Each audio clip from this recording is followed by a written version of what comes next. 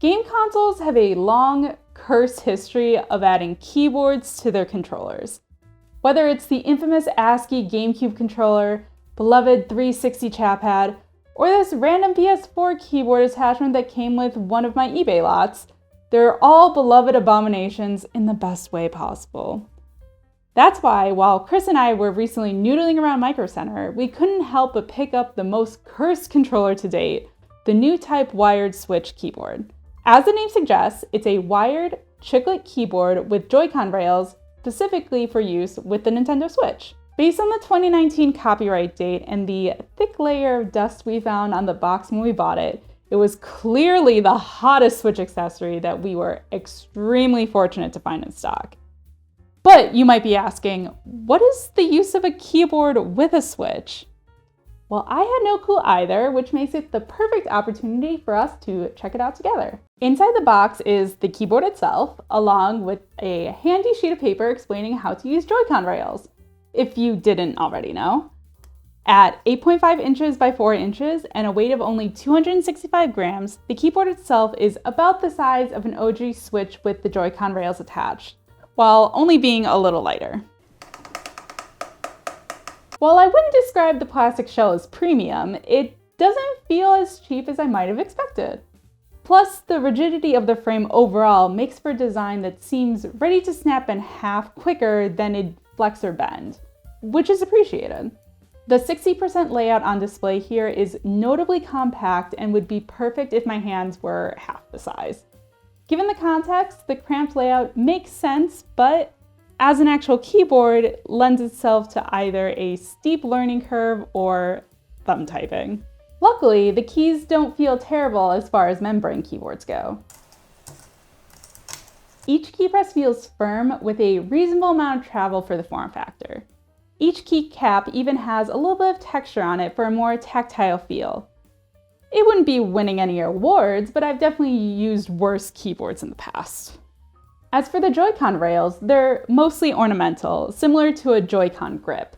The keyboard itself comes with a 10-foot USB-A cable solely to send its input to the console.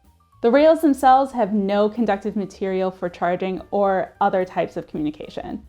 Slotting the Joy-Cons into the keyboard simply allows you to hold the keyboard up while using the Joy-Cons. Nothing fancy. Now that we've gone over the general specs and I have it attached to my Switch, what can I actually use it for? Well, not much. Booting up a random game, none of the keyboard presses are recognized. Same goes for general navigation around the Switch home screen. In general, the Switch doesn't appear to recognize the keyboard as a controller in most contexts relevant to most people. That limits its primary usefulness to the few functions where the Switch can actually use keyboard input directly. Typically, that boils down to being able to use the keyboard anytime a keyboard would already appear on screen, which can actually be kind of useful.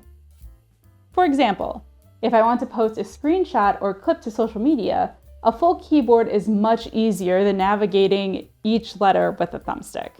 In Tears of the Kingdom, if I want to name my horse, I can make that name something very special with the benefit of a full-on keyboard. Potentially even more useful are online games like Monster Hunter Rise. Sure, naming things in character setup is a little easier, but so is chatting with others via text. When hunting with a random party or friends who are too lazy to hop on Discord, communication's made a ton easier having a keyboard in reach of my thumbs while my Switch is docked. These are very niche use cases, of course, but it's still interesting how a silly device like this could improve my experience with the system in any way. It's also not the total extent of the use cases I found for the keyboard. There are specific apps that can make full use of keyboard control. Two immediate ones that might be interesting to most Switch owners are the eShop and NSO. Both apps can be fully navigated with the keyboard. Search bars can be typed into with the keyboard, as well as text fields for passwords and payment info.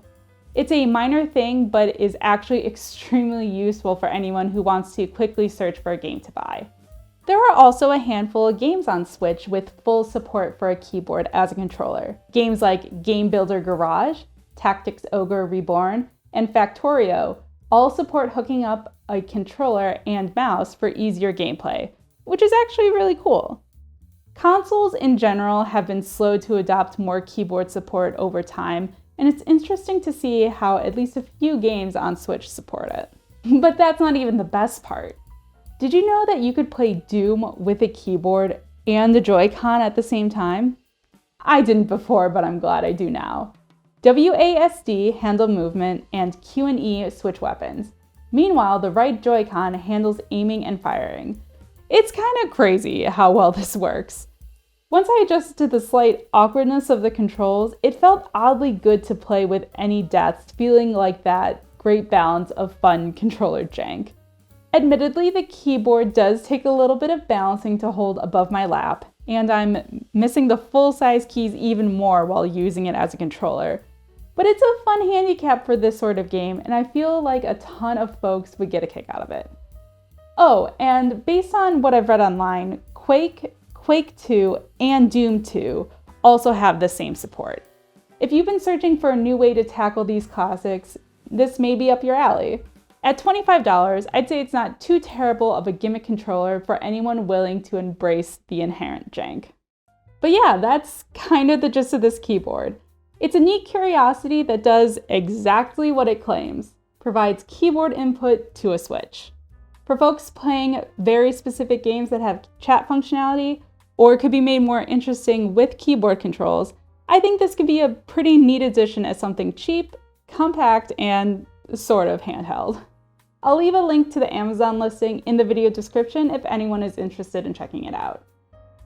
But now I'd like to hear from y'all. Have you ever used a keyboard with a Switch? Is there another nifty use case I should give a shot? Let me know down in the comments. As always, if you found this video interesting or informative, go ahead and click the like button and get subscribed for more videos on random peripherals in the future. That's going to be all for this video though. Until next time, catch you later.